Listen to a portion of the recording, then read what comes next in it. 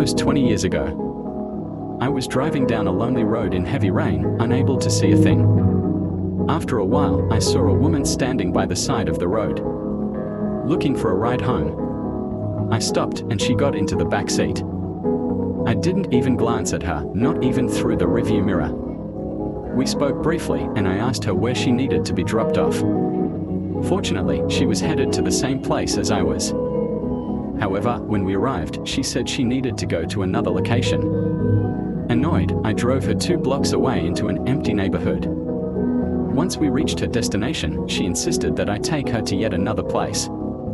At this point, I was both frustrated and confused. My mind was racing with questions. Why had I picked her up in the first place? What was she doing alone in the rain? I reached for a cigarette in my glove compartment and dropped my lighter.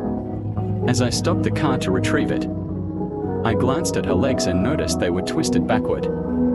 I was terrified, never looking at her face. I fled the car, trembling and sweating despite the rain, and never looked back. Her voice became heavy and distorted, calling me to look at her. I ran until I could run no more and still consider myself lucky to have survived such a horrific encounter.